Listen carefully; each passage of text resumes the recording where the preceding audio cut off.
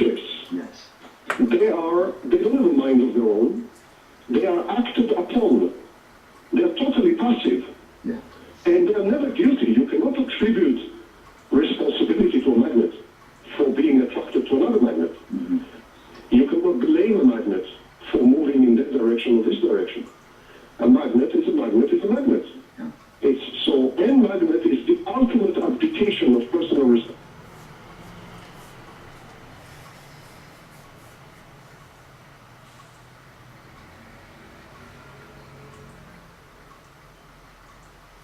The whole idea of personal responsibility in a world that is basically rigged from the get-go is a total furphy. It's fucking bullshit, and only a narcissist, God love you Sam Vanken, would come up with such a thing. I didn't choose to be inducted into this program. I didn't even know this program existed. Most people in Australia don't know this program exists. So now I know the program exists. Now I've deconstructed enough of how it actually works and was orchestrated against me.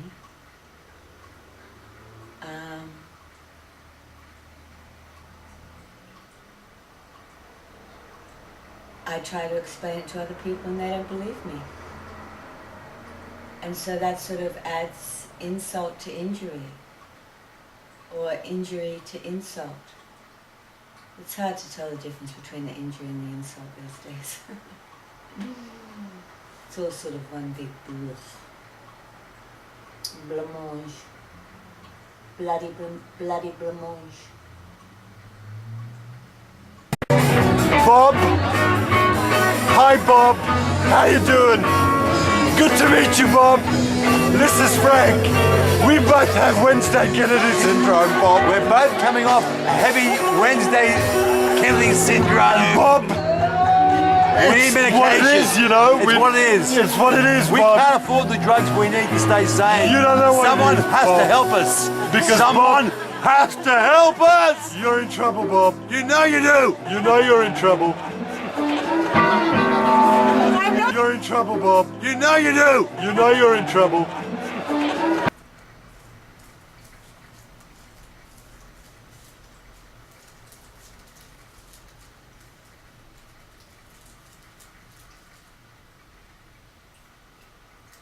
There was a crackhead in line at the shops tonight. Oof. She's fucking ugly. And, you know, she had that crackhead sort of charisma. And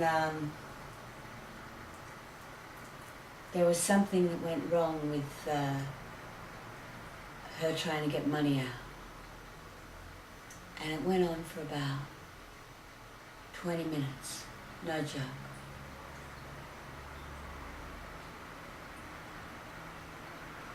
And I know that wasn't street theatre, you know. I know that was just a crackhead at the cash register. It's just bad timing.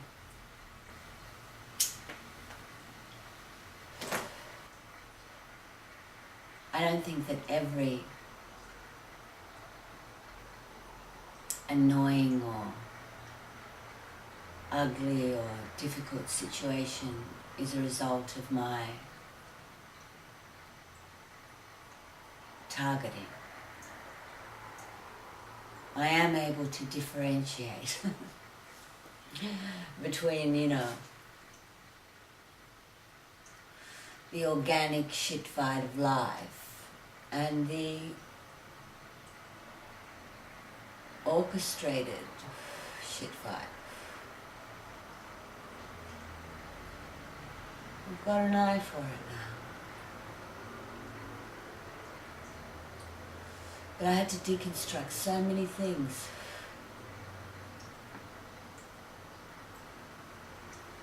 finally, you know, get a sense of it.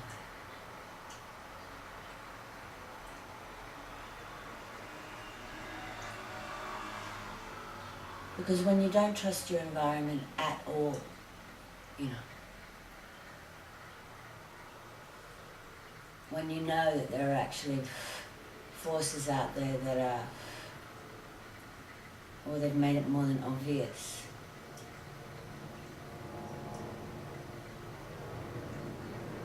that they get perks out of like traumatizing you. Can you believe I'm living under a flight path? Nobody who was in New York on September 11th should live under a flight path, right? But I had no choice.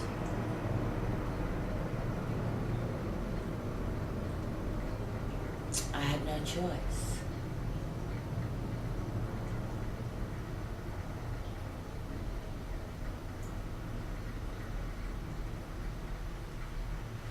You know, for me, the whole idea of choice is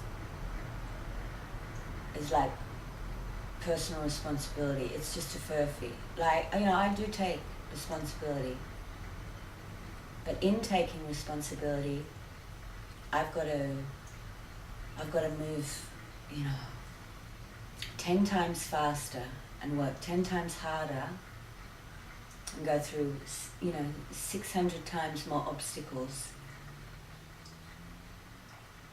than anyone who's not in my situation.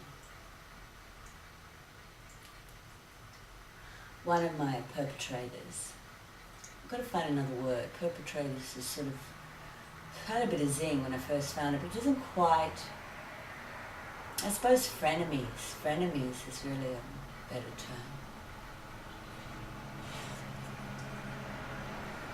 Because I thought they were friends, like I loved these people.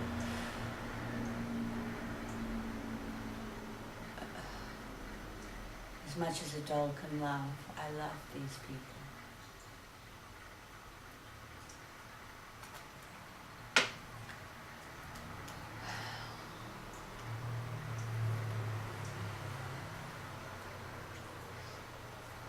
When I escaped, really is the word, when I escaped from the Manhattan Psycho, I listened a lot to Sam Bankin. Sam Bankin was really, really helpful. He helped to get me out of the trap that I was in New York, because I could not see what was going on. I was so fully mind controlled. Speaking of New York,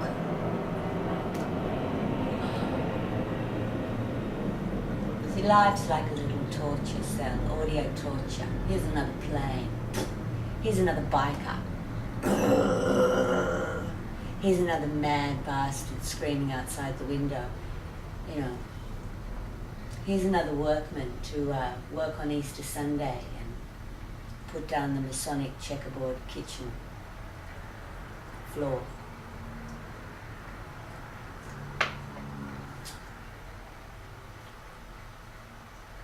But I moved from one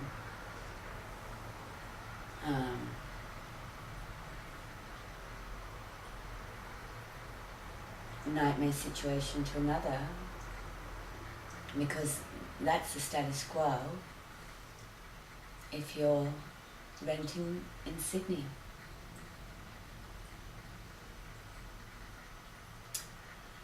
And I can't leave Sydney because I have a job here now. And it's not a paid job, but it's an important job. And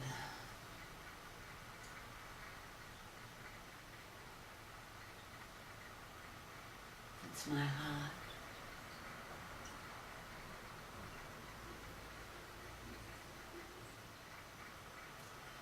But I suffer. I suffer the noise. Sydney people, Sydney people are hideous,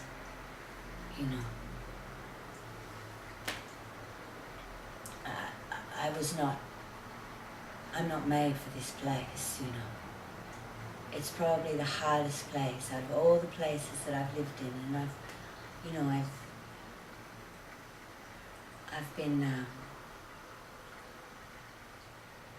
I've been a slave in all of them, I suppose. But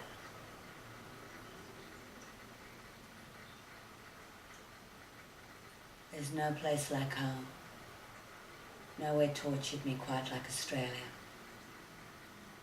We are the experts at torture here. So anyway, when I came back, I really listened to a lot of Sam Vankin's videos. I found him in New York, but I continued watching his videos and just to get an insight into the narcissist.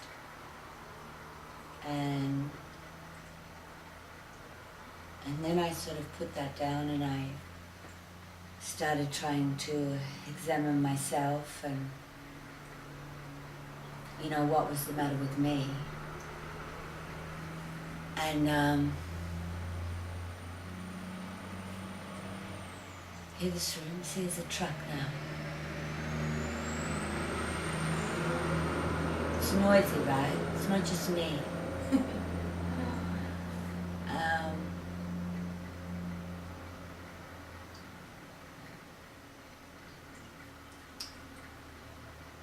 Yeah, I really examined myself. And, I worked out I wasn't in control of my sex. And so I just had to,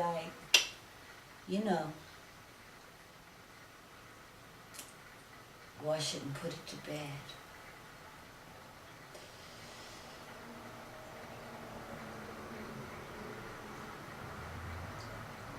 And I'm so glad that I did that.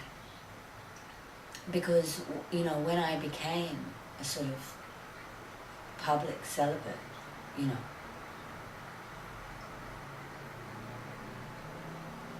I was very clear about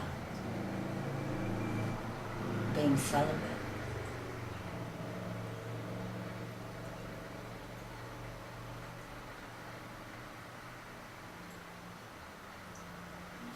Is that door shut? It just seems so noisy.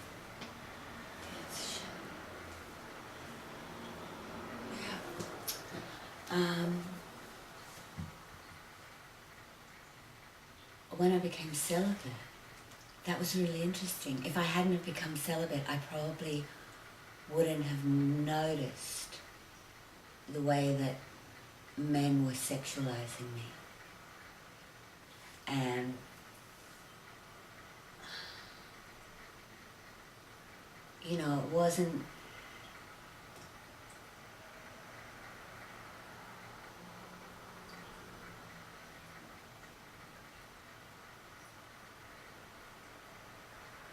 it wasn't sort of, with a romantic or respectful interest. It was more like a sort of wild pig sniffing around vibe.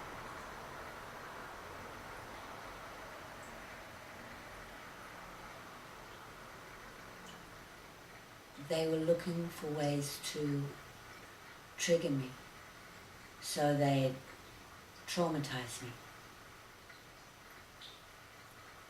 They traumatized me by telling me scary stories, like in Far North Queensland. I just got told so many scary stories. Actually, that's pretty constant too. New South Wales, Adelaide, Perth, scary stories. So you become afraid of your environment.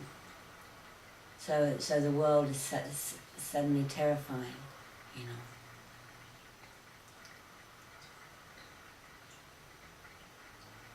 And if I hadn't, you know, I was so depressed when I got back to Sydney and after I finished the book and I just was alienated from everything and everyone, and it didn't matter what I tried.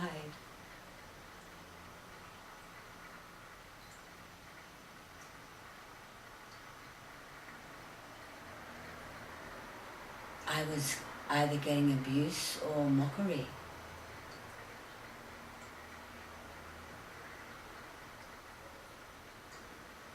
Or, you know,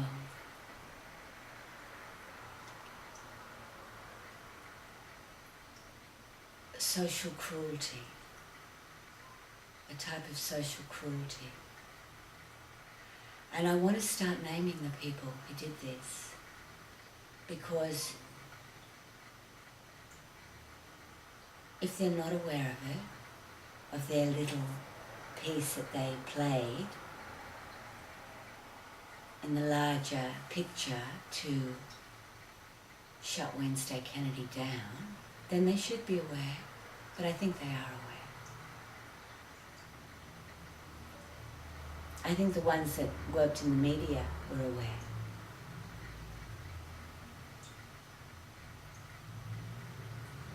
Most certainly.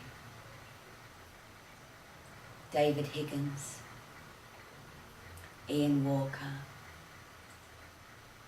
they are aware. James Valentine. I had a very strange conversation with James Valentine at the deli in Bondi Junction. What a hideous place.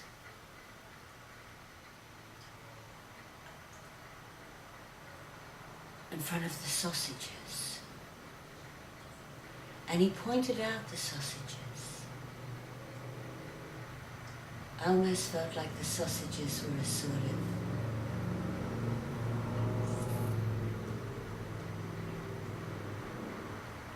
thinly disguised sort of little comment. Because the men in the media, they know all about this program and they know who's in it. They know who's been inducted. And he's got a desk near, you know, my ex. He'd know, my ex-handler. Simon.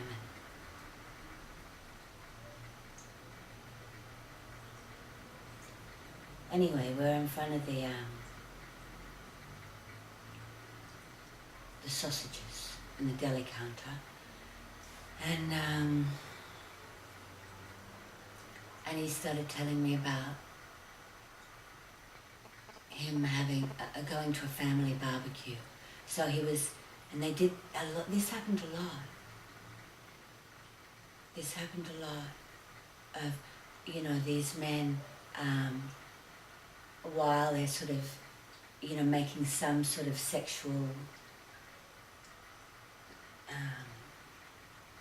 illusion, you know. They're telling me about their wife and children. So they're, you know, they're setting themselves up as a respectable family man and sort of putting me in my place.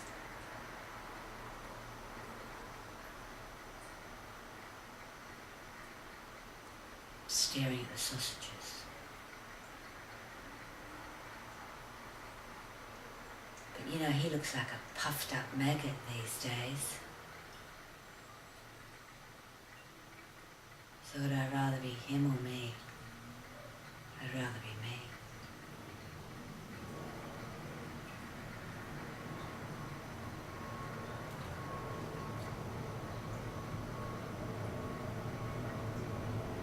Plane.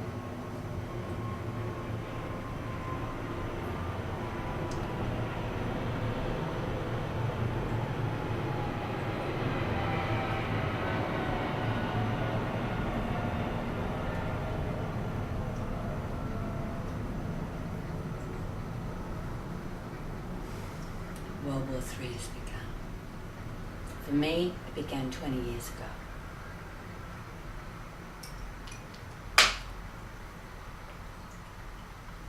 step ahead of you.